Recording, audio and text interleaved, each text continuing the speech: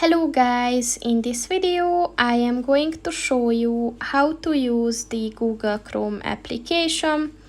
But first I just want to mention, don't forget to subscribe to my channel, because at 10,000 subscribers I am going to show you my whole YouTube revenue statistics and growth strategy, as well as how to make money online.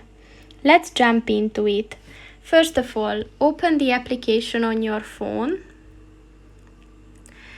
So Google Chrome is one of the biggest browsing applications. So basically, if you open the application, you can just search for any pages. You can have different settings.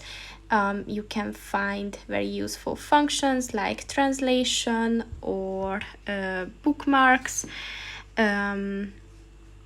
You can also find your pages currently open at the bottom of the page by clicking on this icon with the smiley inside, and you can always add the new page, so you can just browse for anything.